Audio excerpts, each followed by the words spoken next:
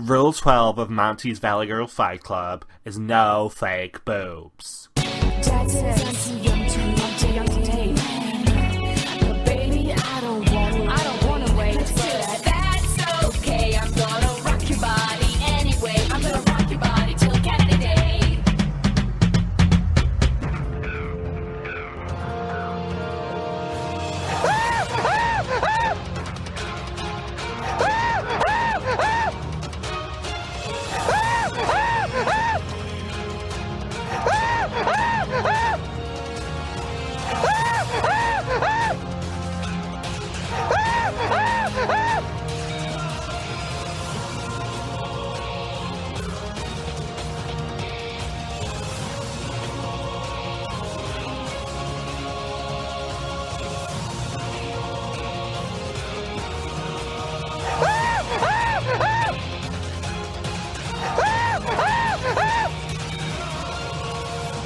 Welcome to the 202nd RTV Warriors podcast. I am Logan Saunders, and joining me, as ever, is the guy who loves cheesecake for breakfast, Michael Harmstone. Good morning, everybody, and I'm very impressed because I did predict what your intro would be for me, and I thought you'd go a lot meaner than that because there was a great one in there. What do you think I was going to call you, a hose? No, I thought you were going to call me the guy whose name is getting taken off our podcast when he dies. But I like cheesecake, though, so I went with cheesecake. Logan loves cheesecake. That can be our first hint of the week. Actually, one of my favorite female UFC fighters, her nickname is Cheesecake.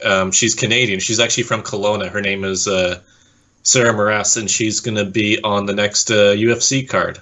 She's actually not the next UFC card. I think she's on the Edmonton UFC card the first week of September. This must be one of our podcasts. Logan's already talking about UFC. Yes, I'm really trying to gear us up for a UFC spinoff in case the American version of the Amazing Race does not have a season 30. Just in case. It's a backup plan. UFC isn't happening on this podcast. Having said that, I did say that Amazing Race Canada 5 wouldn't be, so who knows anymore? Yes, the mission for this summer is to get Michael into combat sports. Not happening.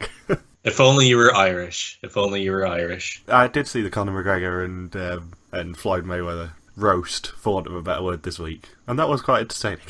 Yeah, I've tried to ignore most of that because it's just breaking my heart as a UFC fan to see Daniel Cormier and John Jones' big main event in a couple weeks be virtually ignored because of this farce. It is a farce because they're both gobby shites, which makes this utterly hilarious.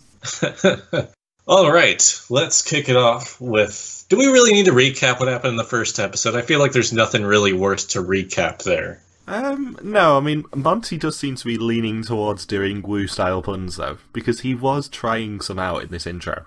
Stuff like Aaron and Deb's race being put to rest, that sort of thing.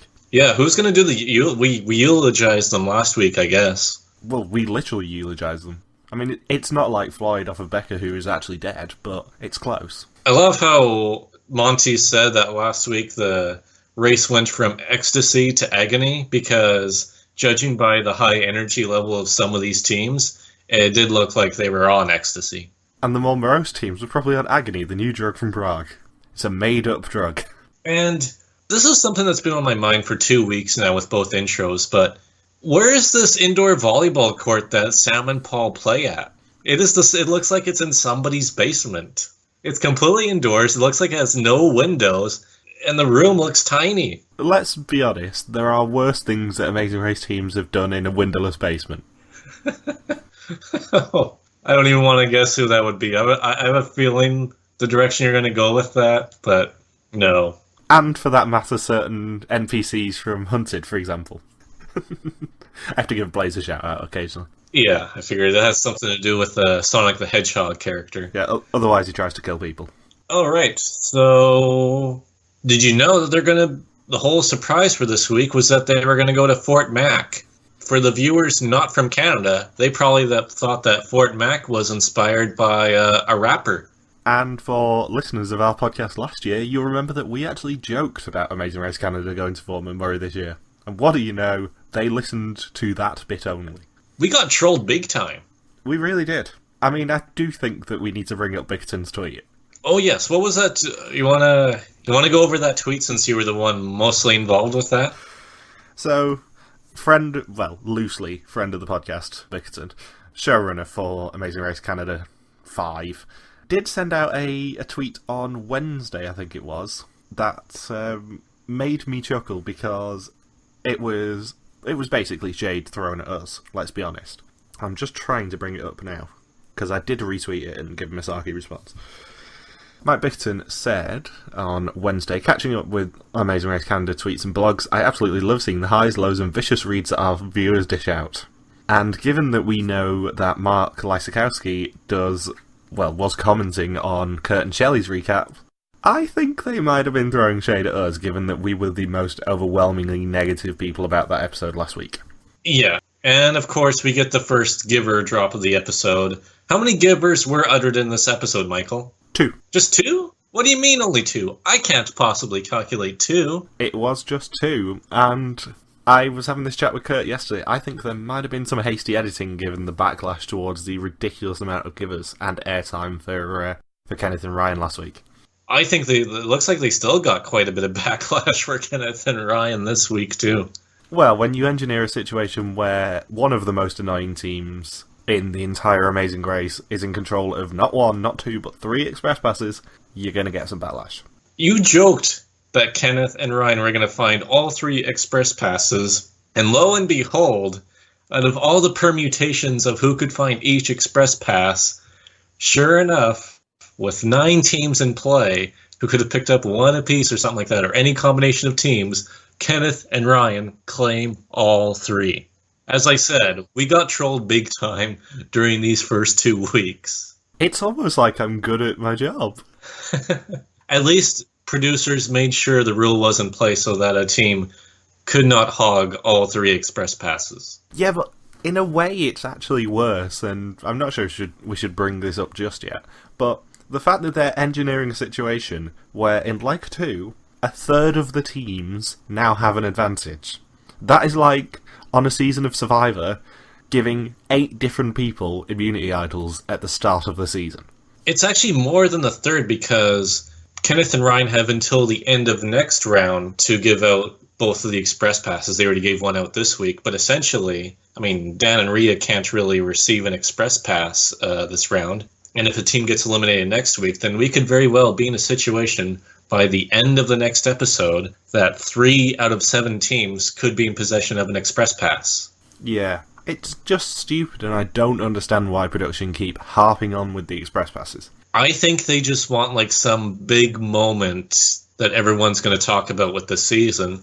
So if you have 1 million express passes, then one team is bound to have to save themselves with it or get eliminated without using it. I think that's the only thing they're going for, and because the past 3 seasons in the Canadian version have been extremely dull with the express passes, and pretty much every international version ever except for 2 scenarios I can think of, and all the other ones have ditched the express pass. I think the only reason why they bumped it up to 3 is because they saw that just 2 hasn't worked out for any other franchise. So maybe if you give nearly half the teams an express pass, then you're going to get that artificial drama that they've been craving for half a decade now. It just is ridiculous. It really is. And I don't think we'll ever see a scenario again where a team is going to go home without using one, because the reason why it happened back-to-back is because Kristen and Darren didn't see what happened to Jessica and Anders in Amazing Race 22, which is why they fell for the same trap of not using it. And that is why nobody else since then has gone home without using it. And because the top teams typically have the Express Pass, nobody's been in a dire enough situation where the Express Pass is the reason why they survived a round. An interesting idea would be, on the first leg of the race, saying at the start line, there is an express pass on offer this leg, but it will go to the second to last team to arrive. Oh, so they actually have to gamble for it, to try and intentionally sabotage themselves on the first leg, just so they can get the express pass. That would be an interesting twist. That would be the sort of twist that the express pass would need. I think so, yeah. Rather than, chucking as many as you can into the game. Because It's getting to the crucial point of you might as well just say, everyone have an express pass, have fun, bye-bye. Because what happens if it doesn't work this season? They'll probably try 4, let's be honest. You think they're going to go 4 next year if this doesn't work? Yeah. And what if they do get that magical, dramatic moment this year? Do they just stick with 3? Do they cut back to 2? Do they say, hey, we got our express pass moment of the franchise, so we don't need to do it anymore? What would they do? Let's be honest, they don't know how to learn a lesson. So they'll keep with 3, probably. Okay, so I thought I would switch up the format for this week, and instead of just Who's ready for a takeover? Instead of jumping back and forth in the timeline like we usually do in the episode, and try to combine the tasks and the moments, I thought we would separate the two and talk about all the tasks first, and then the moments from all the teams, because I feel like we can get through the tasks rather quickly, since I don't think there's much to talk about with these challenges. Yeah, but before anything begins, why are production perpetuating the Canada's favourite summertime adventure myth? I think that's going to be a weekly occurrence. So do I, and it made me laugh so much when I was watching it. Canada's favorite summertime pastime. Summertime adventure. Summertime adventure. This is Canada's summertime adventure, and that is rule number 8 of Monty's Fight Club. No other summertimes have as great of an adventure as us. You gotta have fun, guys. Where's your fun meter? In my bag already. So anyway, the challenges. The adventure ropes course. Last year, I did my first adventure ropes course, and I know you did one, Michael, too, somewhat recently. I did one in Revelstoke.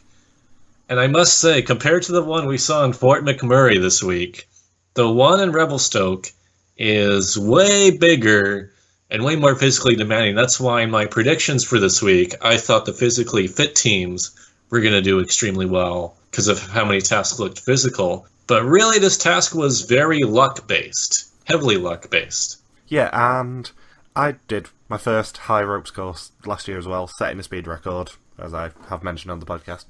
And mine was like full of zip lines and stuff. Yeah, as was mine that I did last year too. So to see the Fort McMurray one, I'm thinking that has to be the smallest ropes course I've ever seen. Was that specifically designed for Amazing Race Canada, or is this just... I work with people who are from the prairies. Like two of my coworkers grew up in Lloydminster, which is on the border of Alberta and Saskatchewan. And I guess there's like this rock climbing place where it's just this rock in the absolute middle of nowhere. And it's like 2 seconds to climb it and that's it. And it's supposed to be this big attraction. And then when they came to BC and did the rock climbing in BC, they're like, well, we're not going to do any rock climbing in the prairies again. And then sure enough, with this ropes course, they don't really just have that landscape to do it. So that's why it's such a small build, and why the ropes course was like, where's like the double diamond course and all this other stuff? This looks like a kid's birthday party more like, and they're just hiding express passes and fragments of clues. So I guess if there's just one fragment in each of the things, and there's 50 locations that they could search in, so that's 30 out of 50 would have been hidden either with an express pass or a fraction of a clue. So the teams that got there earlier had the really high chance of collecting one right away, thus increasing their lead compared to the teams who got there later. And I can't believe I'm defending Dan and Rhea, of all people, which it won't be the first time I'll defend them on the podcast this week. But them and Corey and Ivana were essentially going to be screwed over by the time they got there, because their chances of finding anything was really low. And then Adam and Andrea were able to luck out, which was a good thing, and propel ahead of them. I mean, I don't hate that that's how they distributed the express passes. I would have preferred it if there was one or none in there, but I don't hate it because it was more luck-based than, just giving it to the best team of the season. What I have a problem with is the guide telling everyone the express passes had gone. I don't think the guide needed to announce it, though. I think Kenneth and Ryan did a good enough job of that on their own. I think that it was more of a sarcastic response from the guide. Oh, by the way, guys, in case you didn't hear that guy screaming over there, all the express passes have been found. Spoiler alert. In theory, there should be the risk and reward of it. There should be teams keeping it secret, and then everyone leaving when they think that all the express passes are gone, rather than just announcing it to everyone. But yeah, unfortunately, that wasn't even a possibility when you have Kenneth deciding that he's like, you know what, this doesn't need a mystery. Let's just shout her out, Let's shout her. I was just going to say shouter. And I'm thinking, why do they do it this way compared to the past 2 years where you needed to do a complete side task and waste anywhere between 20 minutes to an hour to find a double express pass? And I think my theory, no, I do know what my theory is. My theory is that, season 3 was Hamilton and Michaela who found it, and they were a really strong team for those first few rounds until the whole passport mishap. And they were able to claim and still have a high standing for the round. And then Steph and Kristen were able to peel away, and they still finished in 6th place. And of course, they had a humongous run during season 4. So I think they realized that the only teams who would risk going for the Express Pass, which is what I outlined in my predictions blog before I knew exactly how it was going to be hidden in the episode, was that the only teams who would go for the triple Express Pass this week would be the teams that would feel they were strong enough to sacrifice a temporary lead to have a minor advantage for the rest of the game and really keep the Express Pass out of the hands of a team who would be in that rare percentile of using it to genuinely save themselves and make their Express Pass remotely interesting for once. And we forgot to mention that this was a Canada 150 challenge, because high ropes courses are Canada's favourite pastime. Yeah, it's the favourite prairie obstacle courses. Yeah, it's the most Canadian of all hobbies. Yes. Officially, to all the other countries in the world, it's hockey, but actually it's really high ropes courses. But yeah, lacrosse was our second invention. And then the next task, of course, that would have been the detour, right? That was I forget that the ropes course was actually the roadblock, because it's like roadblock mixed with express passes. On the subject of the roadblock, just one more thing. I will say that I quite like that they made the roadblock do something else. Because this has only ever happened once in Amazing Race history before, which was in Amazing Race Philippines 1, where the roadblock was to climb a climbing wall, and it was actually climb 2 climbing walls, because halfway up was a yield board. Oh, really? Yeah. So I like that they just hid another route marker in the roadblock. It just wasn't great television. Yeah. No kidding. Just to see, it's like each time that Kenneth and Ryan found an express pass, you could hear the audience being collectively stabbed in the stomach with each one. It was like three daggers in a row. It felt like a Bruce Lee movie. Do you think that they should have just limited it to one per team and say you can only pick one up? That's what I would have done, yeah.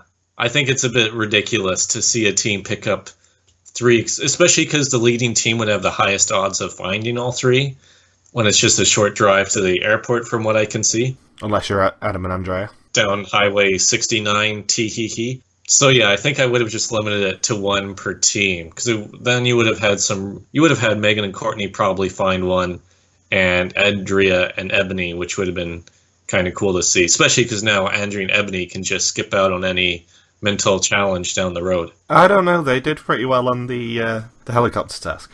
Riding the helicopter? Or do you mean the math challenge? On the math bit.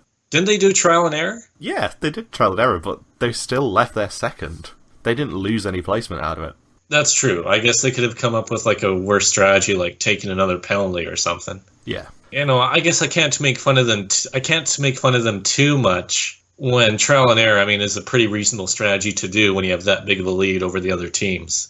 Yeah, when Dan and Rhea are still in the race, you can kind of do trial and error if you really want to. Trial and error, maybe go grab a snack, grab a drink, chat with the other teams who come by and be like, okay. Now Dan and Rhea are slowly catching up. We can get into the chopper again. Having a bit of a snooze. Hit the snooze button 3 times. You still got time. Ebonie could put her face mask on that she loves so much, the kitty one. Oh, face masks.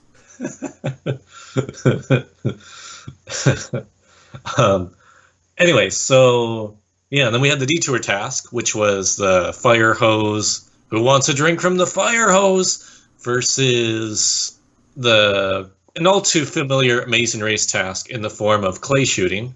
If you're ever going to do the clay shooting task, you have to oppose it with the winery task and make it Guns of Rose. Come on, guys. know your Amazing Race Australia 1 history producers. Come on, you got to do better puns than that. Exactly. If you're gonna let Monty lean into the woo curve, you do have to basically accept the puns for detours. Speaking of which, how many times do you think Monty shot his no pun intended, how many times do you think Monty shot his clay pigeon shooting explanation where they show him hitting the target on his first shot? I think he had to do that a few times. Knowing Monty and knowing the press pictures that always come out of Monty, probably not that many times. He is a bit of a show-off. Yeah, that's why you don't break the rules of Monty's Fight Club, because, man, you're just bringing a knife to a gunfight. And I mean, this comes from a place of love. My love for Monty is very well documented, but he is a bit of a show-off in the press pictures. Like last week, we had one of the pictures was just him sort of shrugging on the tightrope, like, this is nothing, guys. I could fight someone up here. I could do this on 1 foot. Rule 9 of Monty's Fight Club. Tightrope matches are acceptable. Who wants to be the Monty Python? See, that would have been better.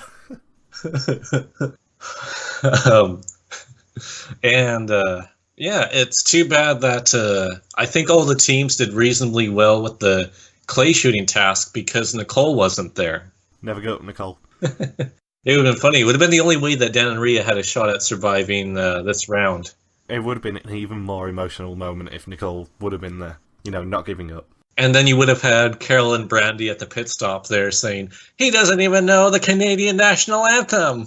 Ah, Carol and Brandy, are you glad they're out of the rankdown already? Yes, I am. And we should plug the Tar Rankdown.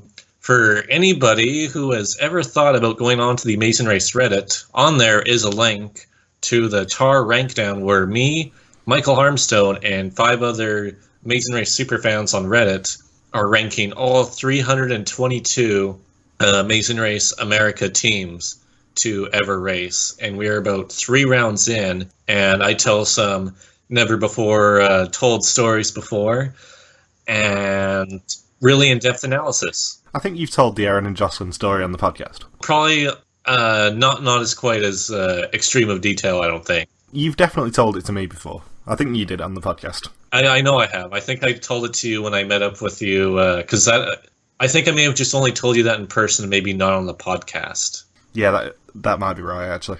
I know I've definitely heard that story anyway. Yeah, because I met that guy about 2 weeks. Yeah, it would have been about 2 weeks before I met back up with you in England.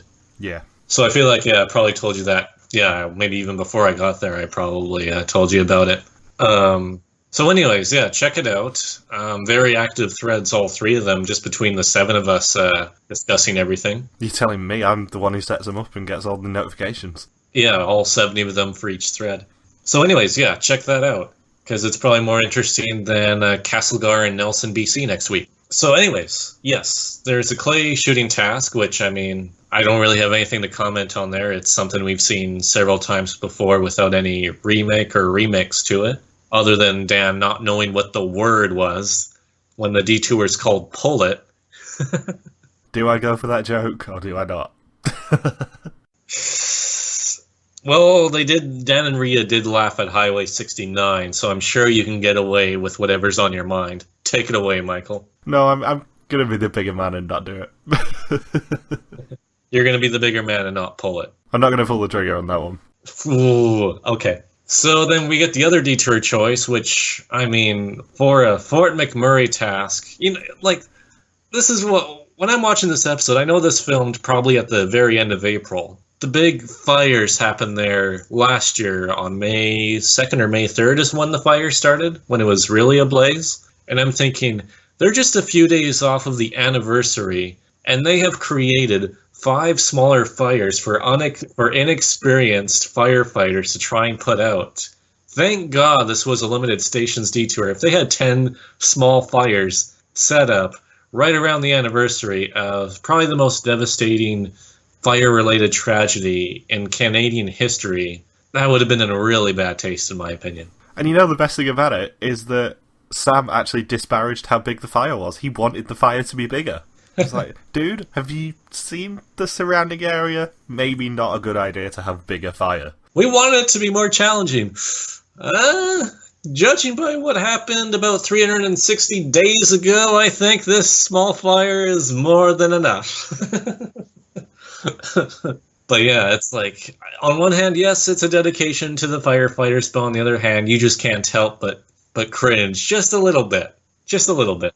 And which detour would you have chosen, Michael? Well, given the speed that teams got through Pump It, probably that one. And the first 5 teams all knew that one was going to be the easier one, because that one everyone went to right away.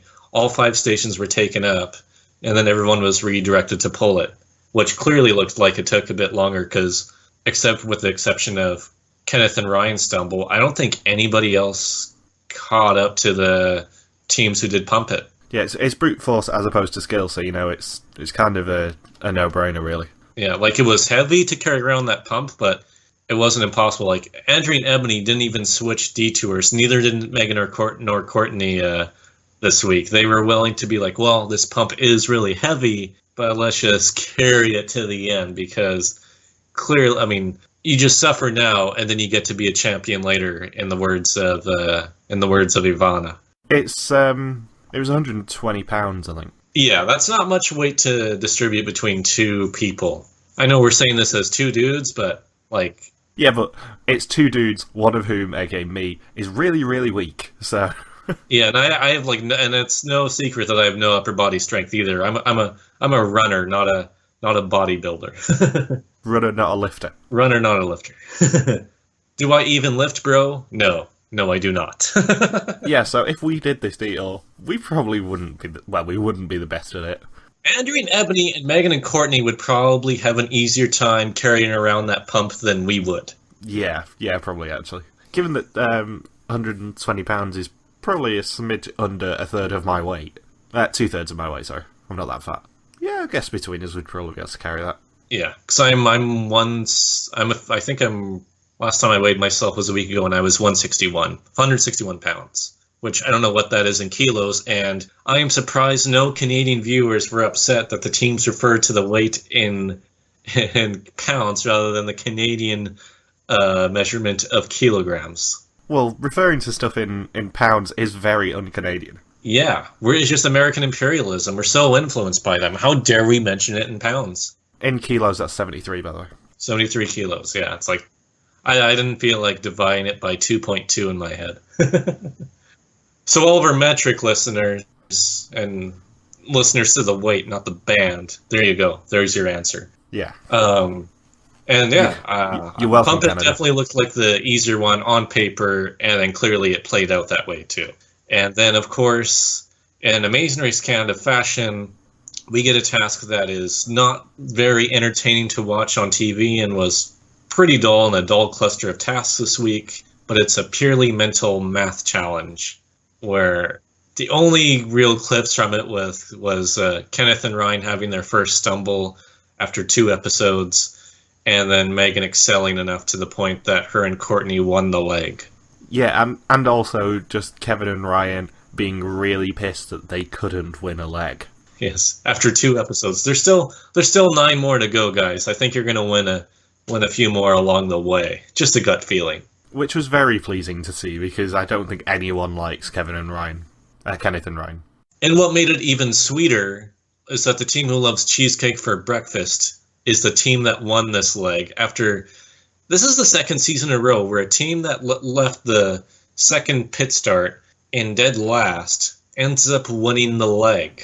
That very rarely happens, and yet we've seen it in back-to-back seasons thanks to Liz and Michael. Yeah. Thanks, Liz. Thanks, Liz. I thought we were going to be the only team to accomplish this feat. But no, our lame neighbors up north had to do it. Newfies, Liz. Newfies are equal to us. And that is an abomination, Liz. I was going to say, you can't mention Liz and Mike without doing your Michael impression. Which weirdly sounds like it has got better since we covered Tar 29. Also, on the subject of Tar 29, depending on whether I actually upload this today or not, happy birthday, Joey. It's Joey Cavino's birthday? It is indeed Joey Cavino's birthday. I'm Joey Cavino. It's my birthday. That was the worst impression you have ever done. of anyone ever. We're going to go to the park later. We're going to go to the park with Tara. We're going to have some cake. We're going to watch the Red Sox whoop the Yankees' ass. That's more Gilbert Gottfried.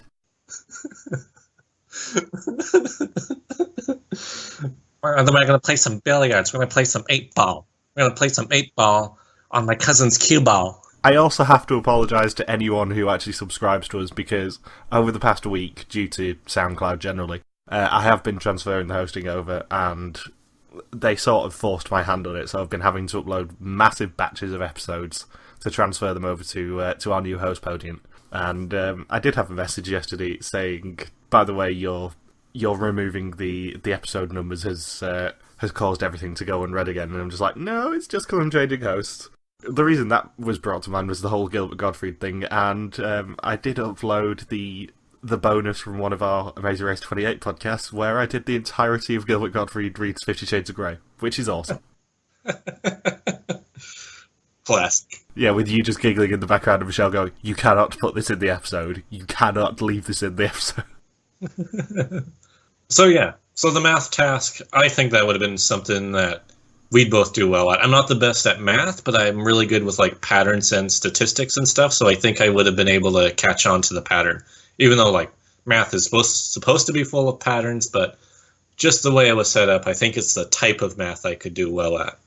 If it's like geometry or trigonometry, then I am just absolutely hopeless at it. I think it'll shock people to hear this, but given that I am the curator of the internet's biggest Amazing Race spreadsheet in terms of all the stats and stuff, I'm kind of a maths guy. Shocker. Yeah, I would have been massively annoyed at myself had I not smoked this task. You would not have 5-holed it. No, at least I hope I wouldn't have. And of course, we get Golf Course Redemption, where teams had to fly by helicopter and then run through 16 holes on the Fort McMurray golf course. I didn't even know they had a golf course there. I guess there you don't have to worry about hitting the ball into the trees. I didn't even know they had an airport.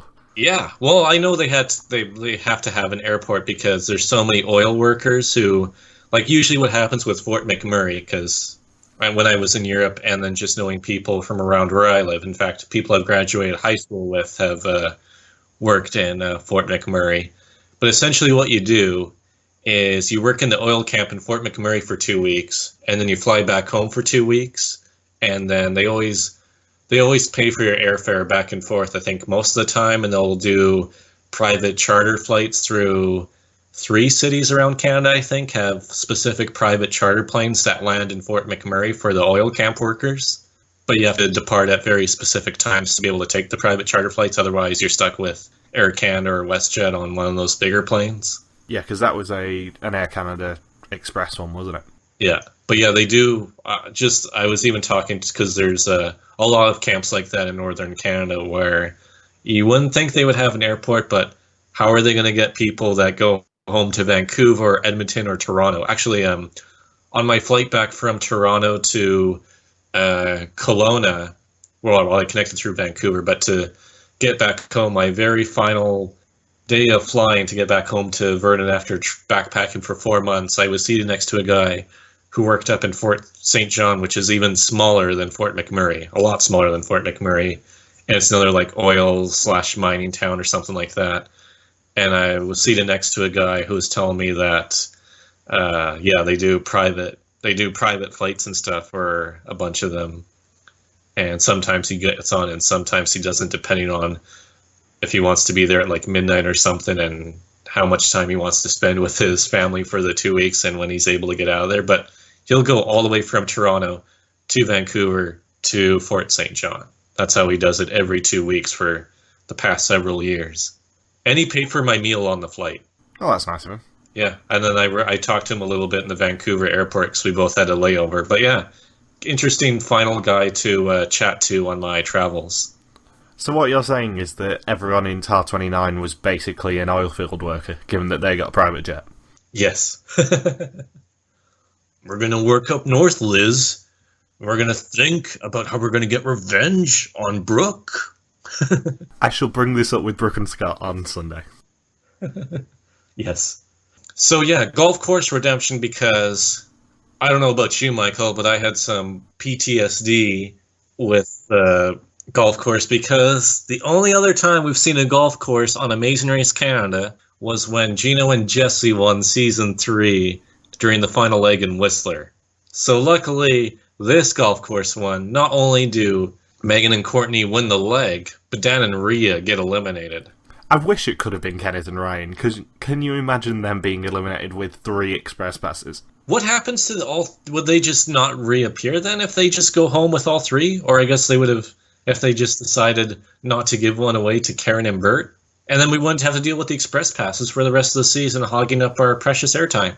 Yeah, they wouldn't have been able to reallocate them because they can't do another triple express pass task. That's true. It would have been awesome. Imagine, yeah, that would have been an awesome second episode. I would happily have Dan and Rhea in for one more leg if it meant that we could get rid of Kenneth and Ryan. Yes, I'm sure like 90% of the viewers would agree with that. In fact, it was kind of funny on the Funniest Complaints blog. Somebody commented, and I think the only thing worse than Kenneth and Ryan are diehard Kenneth and Ryan fans, because I did get a comment on the Funniest Complaints blog this week that was like, oh, all these other people are idiots. Kenneth and Ryan are awesome. They're a breath of fresh air. They're real. Everyone else is just boring. Yeah, it's fun to see a team that's being real on themselves on The Amazing Race. It's like, did you watch the first episode? You watched that first episode and you didn't think that they were putting it on? So there we go. I switch up the format with the tasks. Now we can sort of go through chronological order in terms of moments this episode. Corey and Ivana kind of have a humorous one at the beginning, was saying that as personal trainers, they have a golden mind, and luckily we didn't have to see them taking breaks and having a golden shower. That's only the second mention of golden showers in 202 podcasts. And teams received $90 for this leg of the race, which is equivalent to the cost of a candy dish from The Simpsons. $90, Ned. You have to at least phrase it like this. Teams must now head to Fort McMurray, Alberta, which was ravaged by wildfires last year. Totes and motes. Once they land, they have to find their next clue in the cards at the airport. They have $90 on this card for this leg, and caution, bullshit twist ahead. And Yes. Also, did you note the start times? Kenneth and Ryan won the first leg by a ridiculous margin. Yeah, it was 1:35 a.m. for Kenneth and Ryan, then Corey and Ivana at 2:25, Adam and Andrea at 2:38, Sam and Paul 2:49, Zed and Shabir at 3:03, Karen and Bert at 3:29, Andrea and Ebonie at 4:01, Dan and Rhea at 4:03, and then Megan and Courtney, we don't know because they didn't give us a full start times because they're awful.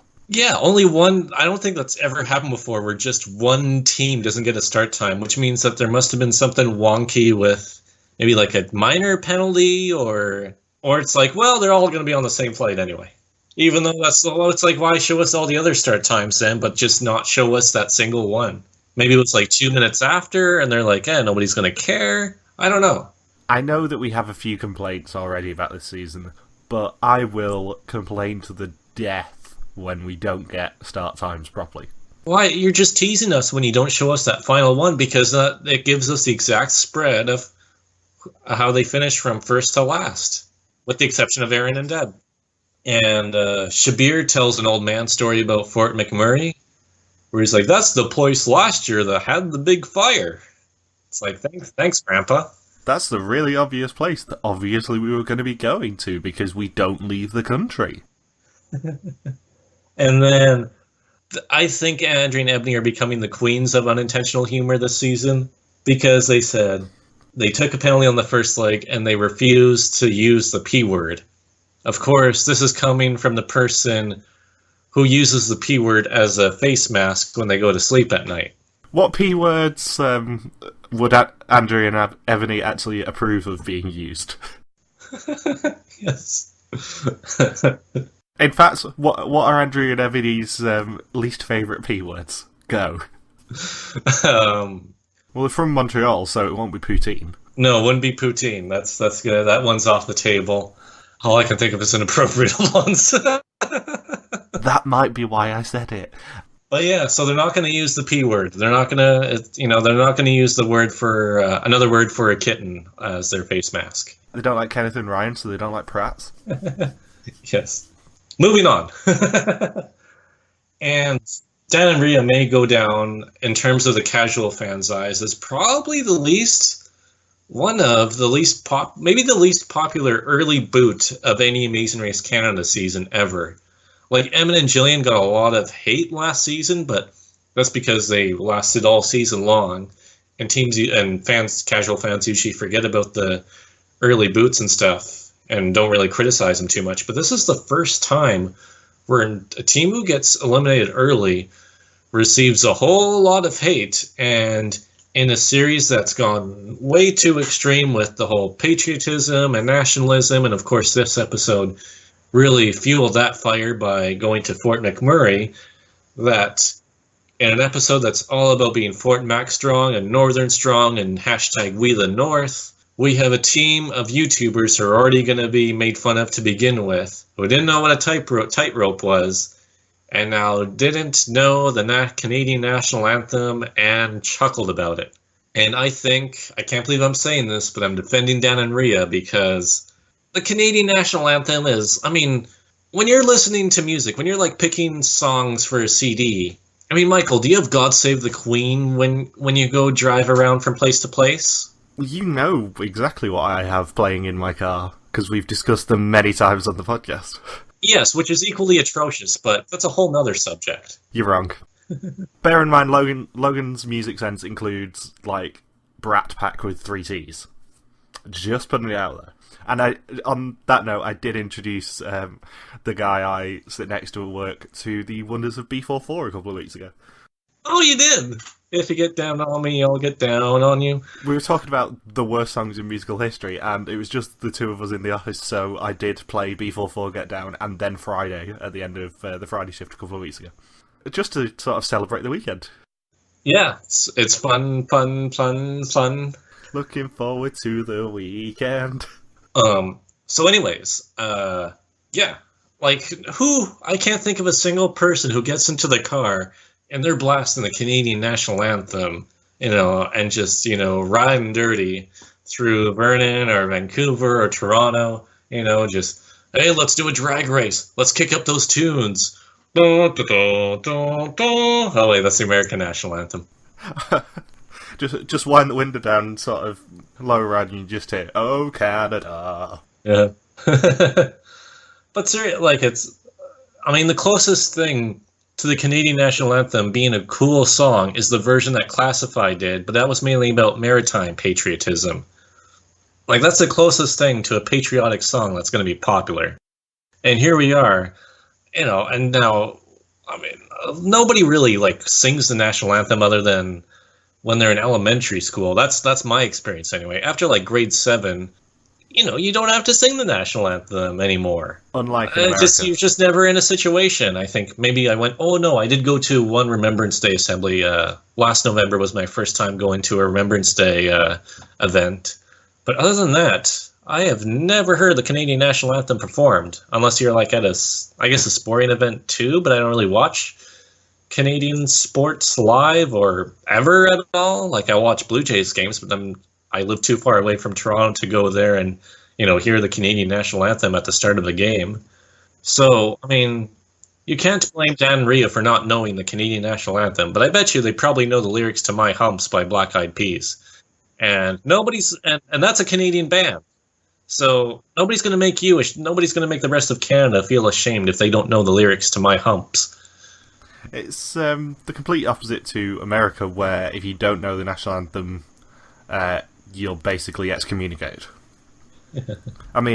4 years ago, me and my brother did 11 weeks around America. We were in Epcot at Disney for 4th of July, and they put on this big patriotic concert, and we actually got evils because we didn't stand up for the national anthem when it got sung. Oh, yeah. Yeah, States is pretty big about that. Like, I remember being really young. I think I was like 8 or 9 years old, and we went over to Seattle to watch the Seattle Mariners baseball game, and I was wearing a hat, and my brother's like, "Yeah, the American national anthem is about to start. You may or may not want to remove your hat, Logan." It's like, why? I don't like my hair. But I did it anyways, because apparently Americans may or may not be willing to beat up an 8-year-old Canadian at a baseball game. Although something similar happened to me last week at Funtastic when I was on a bus, and a cup of beer was thrown at my legs. I was the unintended target, but two different groups were arguing over which hockey team was better, and cups of beer were thrown. So maybe it's not too far of a stretch. And, yeah, all I got was just glares and sort of people going, why the fuck ain't you standing up? Because, A, I'm not going to expose myself as a Brit on 4th of July, because, you know, they'll try and chuck me in the harbour or whatever. But, also, you guys wouldn't sing our national anthem. Just putting it out there. So, Dan and Rhea, of course, after not knowing the Canadian national anthem, it was 4 o'clock in the morning, so maybe they would have known a few more lyrics if they had more sleep. But of course, they talk about John Montgomery's cologne, and then we get specific details about their personal life, which means they're probably going to be eliminated this episode. Game over. Game over! And then, of course, Megan and Courtney plug the BMO card. Which is one of the best ever. I've missed Tark doing this. How are you going to pay for this? With our super duper luxurious awesome BMO card, which is available to anybody who wants to open up a bank account. It's just like, lift it off the page, guys. I've missed Tark's ridiculous card product placements. And how are you going to pay for this? We are going to use our BMO card. And unfortunately, because they filmed this episode too early on in the year, we do not get any shirtless oil workers for the viewers at home. Sorry, you're all disappointed. What's that? I know you would love that. It's the one thing you were looking forward to this week was just some topless men. I hate to break it to you, but I'm currently topless now. We work hard. We play hard. Thanks, Zoe. And then, of course, instead we get a burp from Megan. So it's all good. And then, of course, we get the trees. We look at the trees, and then we get a Sarajevo story, which then we get the whole grateful to be Canadian thing, and then we get the rope course, and then Kenneth describing himself as a triple threat. Yeah, let's just be perfectly honest here. War is not equal to fire. Yes. They are two completely different things. Producers is very manipulative to splice these two things together. Did you see that we have the new James Duthie on Twitter? No, I didn't. There's this new woman who's interviewing all the teams and stuff before the season, and I think she's probably going to be part of like the mid-season recap if one exists, and also the after the race special. I think her name is Jennifer Ettinger, I think it is. She's fairly active on Twitter for Amazing Race as well. And then she was on Twitter saying, yes, Kenneth is the triple threat. I'm a triple threat. And I'm thinking, oh man, this could be as bad as James Duthie. I don't know yet. I mean, Dan is a triple threat because he is he's emotional, physical, and spiritual. So the answer is, Dan, I don't think you know what a triple threat is. And also, I love how Zed and Shabir immediately thought, it's going to be a dancing task, it's Amazing Race Canada. Shabir's doing it. Which is not a bad gamble, because Amazing Race Canada typically doesn't go more than 2 episodes without a dancing task. Yeah, but you're literally outside a high wires course. It's probably not going to be anything other than high wires. It hasn't stopped them before, especially in the prairies where dance tasks are very frequent. And then Shabir, of course, because it's not a dance task, this, of course, gives them an excuse to utter another motivational quote that puts us to sleep. And then Andrea is channeling her inner monkey and apparently loves to shove clues in her bra, so that was kind of amusing. And then, the guy behind the computer desk at the Highway 69 help desk. Whoa, that was an awesome beard. Did you see the beard on that guy? Yeah, I thought you might get beard envy of him. Man, that was like computer geek beard right there. Well, to be fair, he probably wasn't expecting to appear on television that day. Also, I've just looked up Jennifer Ettinger. She's going to be interesting if she's hosting it. Is that a good interesting or a bad interesting? I think she's going to be quite irritating just from reading her Twitter right now. Yeah. And then we get more breast humor on this episode, because after Andrea shoves the clues in her bra, Courtney complains that her breasts are sweating. So yeah, real top-heavy humor for this episode. And we've already discussed how restrictive harnesses are, so just saying. It just smacks her down. And Karen has the genuine fear of falling as well. Not a fear of heights, just a fear of falling from a really high distance. Yeah, I mean, I'm the same. I'm not bad with heights. I just like to feel safe when I'm high up. That's the same with me, where if I'm just at a high distance, I'm okay, but if it's like a wobbly ladder, then I'm kind of freaking out. Yeah, if it's a roller coaster where I'm not feeling safe, then I will not go on it. And falling from roofs kind of runs in my family, especially on my mother's side, because 2 years ago my uncle fell from his roof on April Fool's Day, so no one believed him when it actually happened. And then a week ago, another one of my mother's brothers, he fell off his roof. So we're just going to all stay off roofs for now. That's really weird, because I heard that the members of your mother's family pushed people off roofs and made it look like an accident when they were back in Italy. Yeah, and then make us offers that we couldn't refuse. Oh, mafia jokes. Yes. So let's see. And then Sam and Paul, they're not going to really they're pretty much getting the Nick and Matt edit so far, where they're not going to get much airtime, but I have a feeling it's going to be more significant later on in the season, as they start up their rivalry with Kenneth and Ryan by stating that Kenneth and Ryan's Triple Express Pass was pretty much going to be meaningless. Is not good. Yes. And pretty much just making fun of Kenneth for uttering when each of the three Express Passes were taken. So I think we're sadly going to see a Season 3 repeat showdown there. Correct me if I'm wrong, but if you found 3 Express Passes, you wouldn't shout about it, would you? No. You would hide them, and then run the living bejesus off that course. Yes, or ask other people, like, hey, did you find one? Did you? Where is it? I've been trying to find it. This sucks. If you're going to use the Express Pass as a social tool, you try and minimise the number of people who know you have it. Because if there's a U-turn coming up, you can bet your bottom dollar you'll get targeted. Just to make you use it. Or what would be funnier is if, like, when Kenneth found each one, if he just flicked it backwards or something, and be like, okay, whoever wants to jump off this ropes course to claim the Express Pass on the ground, go for it. And just see the mad scramble for it as teams collide. That might not have been a bad idea, actually. Did I tell you when I did my high ropes course last February that, because it was literally just me on that course because it was midday, midweek, my instructor was chatting to this guy in the park, literally underneath the course, and shouted up to me and tried to get me to show this guy how the harness works. And I'm like, I am not deliberately jumping off this course. I am perfectly happy attached to whatever obstacle I'm on right now. No. And for some reason, when the detour starts, we get the jet and cord music when it's introduced for Pull It. We get an eagle screech at the start as well. We get lots of eagle screeches. It's like they know that's their best sound effect in their repertoire, so they just keep plugging it in throughout the episode.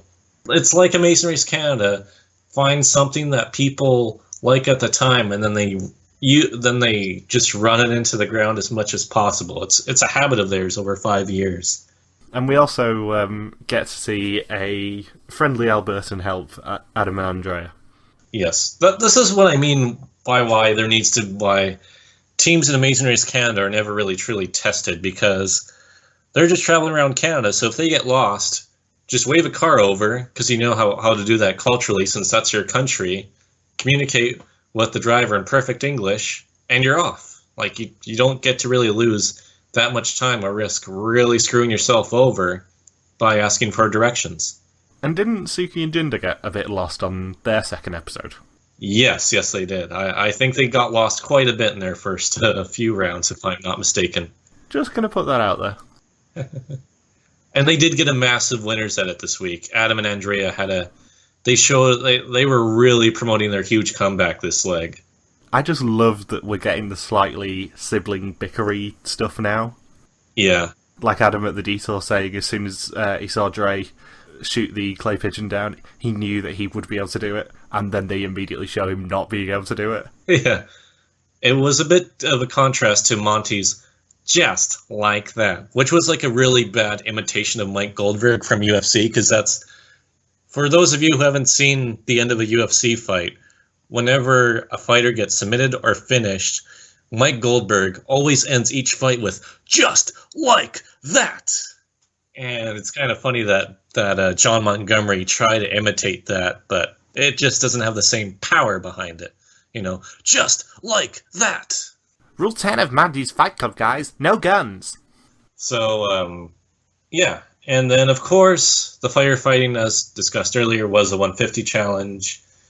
Then we get the terrible hose joke. We get Highway 69 leads to a group of hoes. Who knew? What's funny with this, because with it being in Fort McMurray, with the whole tragedy and everything, is that, especially with BC, like a lot of my cousins and aunts and uncles have been evacuated over the past week, which was kind of an eerie time for this episode to air. But I know people who are afraid to put their hand out their window because it looks like they're throwing out a cigarette out of the window, and people are taking pictures of cars in front of them of people who they suspect flicked a cigarette out. So it's kind of funny that when Andrea's trying to flag down that car, that looks like she's flicking a cigarette out the window too in Fort McMurray. And I'm thinking, wow, this could be interpreted very, very poorly.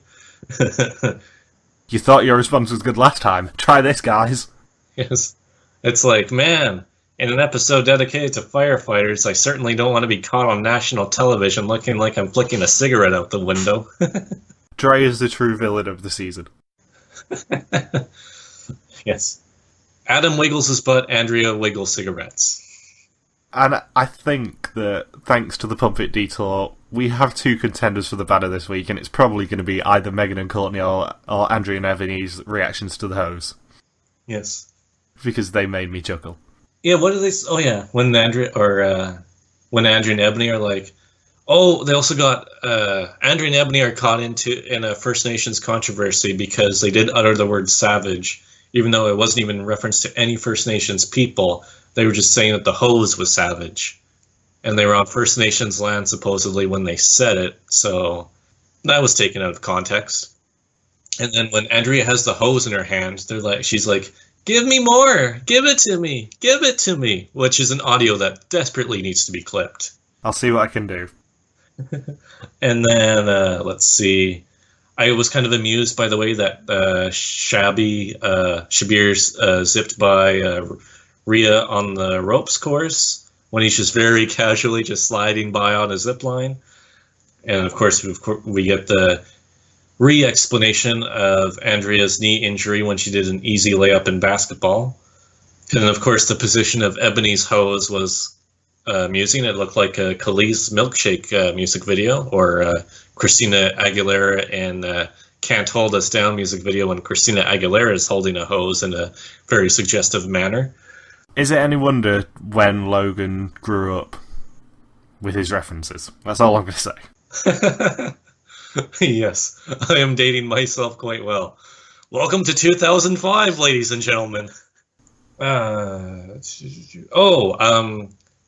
who I have frequently compared to Mahatma Gandhi, when he's at the detour with Zed, it's kind of funny that Shabir is shocked that Zed knows how to use a gun, and then Shabir has never used a gun. Who knew the guy we compare to Gandhi would not be accustomed to using guns? Well, to be fair, guns don't kill people. Rappers do. Yes. I don't think Bert's killed anybody. Dirt Gritty does not have a record, Michael. I'm not saying that he does, I'm just not ruling it out. And Andrea and Ebonie, when they're at the math, say that they have a weight problem, which is kind of amusing when they're not even the team that eats cheesecake for breakfast. But they're not nearly goofy enough to eat cheesecake for breakfast, are they? And I must say that this week was very fitting to have a task that involved calculating the center of gravity as a math problem with the oil workers, because a few days ago, I purchased a ticket to see Snoop Dogg perform at the Center of Gravity in Kelowna on July 29th. Connection. Yes. And then, of course, we get Megan's love of math, so nerd. I can't comment, can I? So, you know.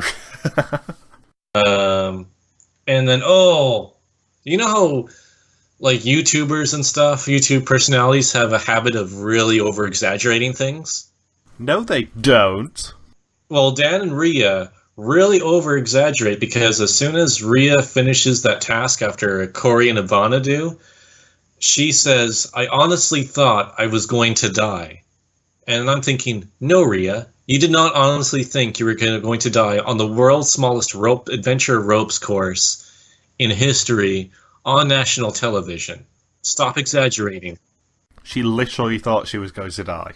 When I volunteered to be a triple threat, I knew I was signing my death warrant and that Dan would have to be like a racer from the Amazing Race China Celebrity Edition and have to run the next 2 episodes on his own until production could find a new partner for him.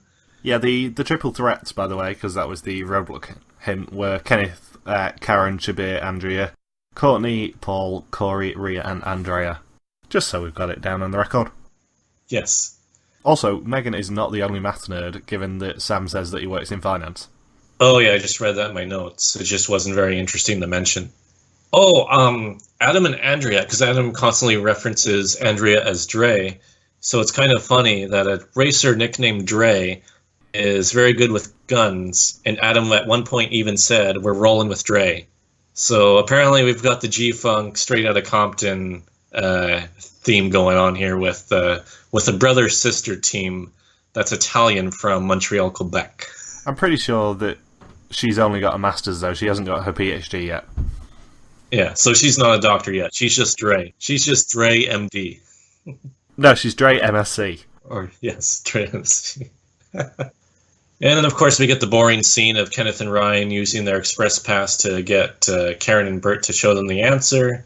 And then Karen's revealed as a big math nerd, so that was a pleasant surprise. So Karen and Bert aren't as weak of a team as they were presented to be last week.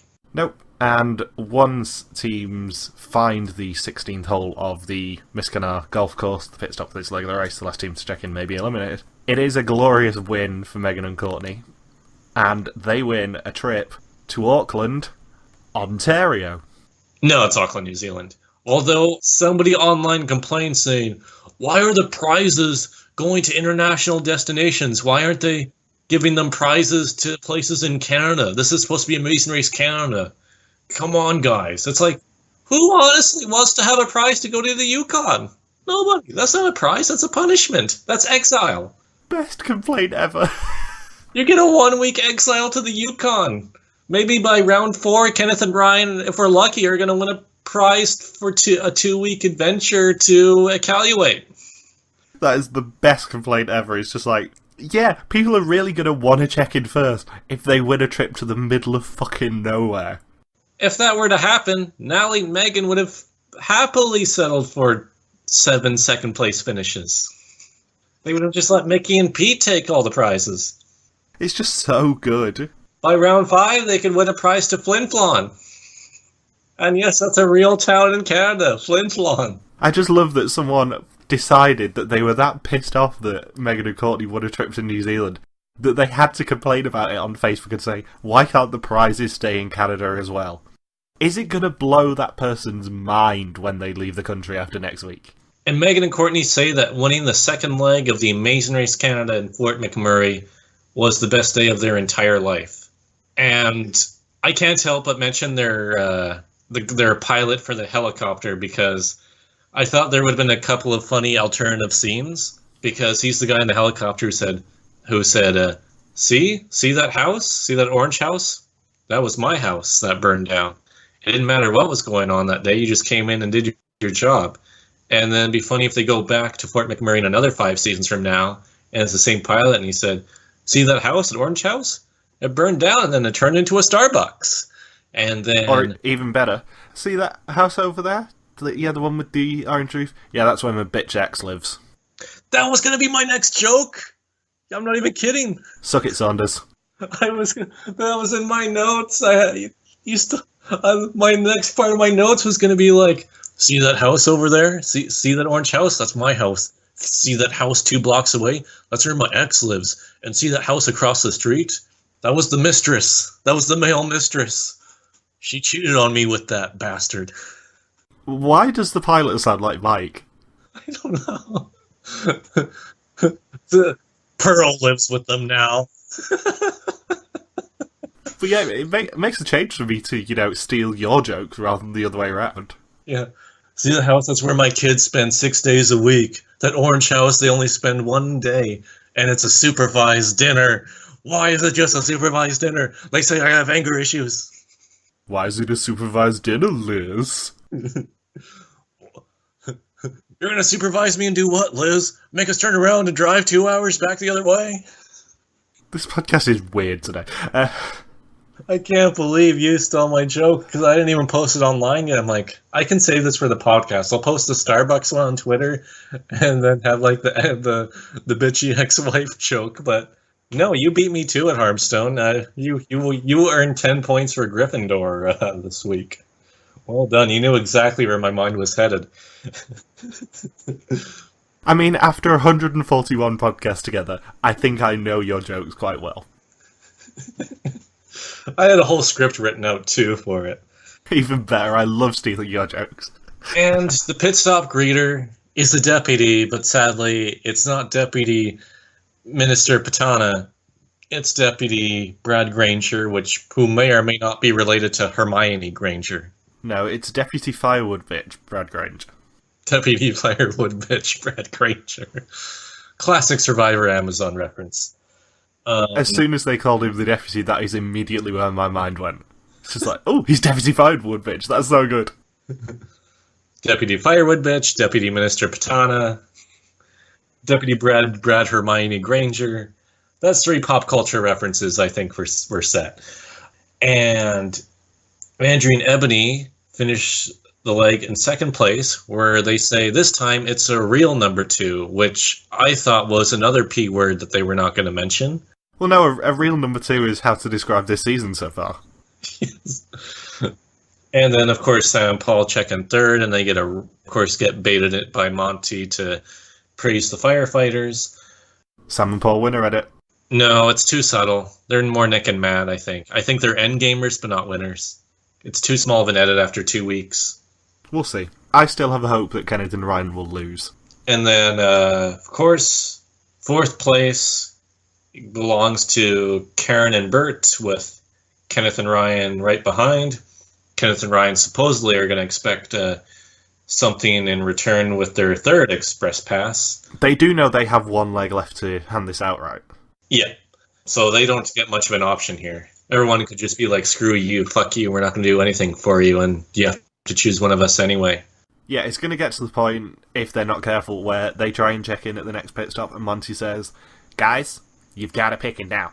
You've got to pick a team, guys. Guys. Rule 11 of Monty's Fight Club. No triple express passes. Yeah. I don't know why he sounds like a Valley girl now. Oh my god, you have 3 express passes? It's Can I have totally one, Monty's Penny? Fight Club. It's like that, bitch. I'll give you a neck massage. She only eats cheesecake. You can only eat cheesecake 1 day a week. If you eat cheesecake 3 days a week, Megan, then you can't sit with us at lunch. Monty's Fight Club is so fetch. We're gonna go. Jeez. I can't even do it. Monty's a Valley girl, maybe. Maybe Monty's Valley Girl Fight Club. Monty's a Valley girl, maybe another fun running joke. Monty hasn't spoken to us at all this season, which is really weird. Yes. The first rule of Monty's Fight Club has been modified, guys. I'm get to be the only natural redhead in this Fight Club. We can't have any other natural redheads because all the other natural redheads will be jealous of my redheadness. Rule 12 of Monty's Valley Girl Fight Club is no fake boobs. Only sweaty ones, Courtney. It's real or no deal. Real or no teal deal. Sorry, Aaron and Deb, you can't be in our Fight Club. By the way, you can only wear sweatpants twice a week. If you wear it more than twice a week, you can't sit. You can't be in Monty's Fight Club. Is this going to turn into the new Where is Tara Basro joke? Okay, so let's see. Andrea likes the suit of the... I don't even know who she likes the suit of, because my notes weren't specific enough. It's going to be Deputy Firewood Bitch Brad Granger. Yeah. So Zen and Shabir check in 6th place. Adam and Andrea are seconds behind in 7th. We'll start off ugly, and then Andrea got confidence back, and now they can win the race. Hopefully. And then Corey and Ivana celebrate at first, but realize Dan and Rhea are somehow only seconds behind after working together with them for the most of this leg. And then, well, actually only the first part of it with the highway drive. Strike that statement. And apparently Corey and Ivana and Dan and Rhea have screwed up so much this leg that it's the only time where Monty and Brad Granger have to turn around to see who the 8th place team is, because neither team can even check into the pit stop correctly. Did you notice how Monty showed Corey and Ivana that they were the 8th team? No. All we saw is he had crossed fingers. Really? Yeah. And then, of course, it was very subtle moments that I don't think people even heard because it's fairly quiet on the audio. But Corey said he made it by the skin of his dreads. And I should note that it's very unfortunate, but over the past 2 weeks, Corey and Ivana have given themselves a nickname. And it's unfortunate that... Panda, Panda, Panda. Yes. And there was a contestant from Big Brother who watched these first 2 weeks and has accused all of us of referring to Corey and Ivana as pandas. And since that happened, Megan from Big Brother quit her run on the show after referring to Corey and Ivana as Team Panda. And I was under the impression that pandas was actually the correct description of what production is doing to the Canadian audience. Pandering. Yeah, exactly. So, yeah, Dan and Rhea, last place, and eliminated. Womp womp. I even wrote down in my notes, what a surprise. After what we saw last week, and just, I don't think they've really seen much Amazing Race at all, or were really prepared for it whatsoever. And after referencing their YouTube channel way more than any other social media team in Amazing Race history, they're gone by 2 episodes. Yeah, at least for them, they get better content for their channel. They'll probably do reactions of the rest of Amazing Race Canada or something. Yeah. And the only other notes really on this episode is that the Express Passes, another knock against it is that it's probably going to expire within the next 2 eliminations. Possibly 2 to 3 eliminations, depending if another team gets eliminated next week. So if a team gets eliminated next week, we'll be down to 7 teams with 3 non-elimination legs that have to pretty much be burned through really quickly. No pun intended. And which really means that there's only going to be 2 even worthwhile legs where if a team saves himself with an Express Pass, it's only going to be useful if they use it for those 2 eliminations where an Express Pass will still be valid. Yeah. So what you're saying is the Express Passes are irrelevant. Even more irrelevant than usual. Yay. So, next time, teams are heading to Castlegar, and there is a swing. Teams do a ghost, hammer, and there's an unexpected turn, apparently, which means it'll be a really predictable elimination. It'll probably be a to-be-continued leg, would be my guess. But they're going international after that leg. They could still do it that way. Yeah, I'm not sure they would. But then again, we thought this week would be non-elimination, so what do we know? Yeah, and who do you have going out next week? I think it's probably going to be a non-elimination. I think it's going to be non-elimination too, but we still got to figure out who's going to be last. Corey and Ivana, I reckon. I'm thinking it's going to be Zed and Shabir. I have a feeling that our top 4 I'm already predicting the top 4 for this season. I think it's going to be Corey and Ivana, Sam and Paul, Adam and Andrea, and Kenneth and Ryan. I wouldn't necessarily disagree with that. And if Zed and Shabir aren't the last place team next round, I think it could be Andrea and Ebonie, because after 2 episodes, they're just such a wacky, crazy team that I have no idea how they'll perform week to week. There's so much unintentional comedy there, it's hilarious. I want them to stick around as long as possible, though. Yeah, so do I. Hopefully, that's why I'm hoping next week's an all-elimination, so if Andrea and Ebonie get last, fans online are going to be like, oh, they quit the first task and they were saved by the first non-elimination. This is rigged, this is rigged, this is rigged. And that really does it for me this week. I have no other notes. And neither do I. So, I think we can wrap it up. All right. Thank you for listening to another podcast. You can follow me at Log Sipikuwaki on Twitter, and you can follow Michael Harmstone at MJ Harmstone on Twitter. Don't forget to subscribe to us on YouTube and our new channel. Yeah, subscribe to us on the YouTube, on the iTunes, just search Reality TV Warriors. You'll see the logo, which has actually now updated, which is awesome. That's another great side effect of changing the host. The logo on iTunes actually finally updated. Yeah, subscribe to us on iTunes, subscribe to us on Podium. All the links are everywhere. So yeah. All right. Have a nice week, everybody. Yeah, enjoy the weekend, and peace out, and just chill till the next episode. And I will give everyone's love to Brooke and Scott. Do.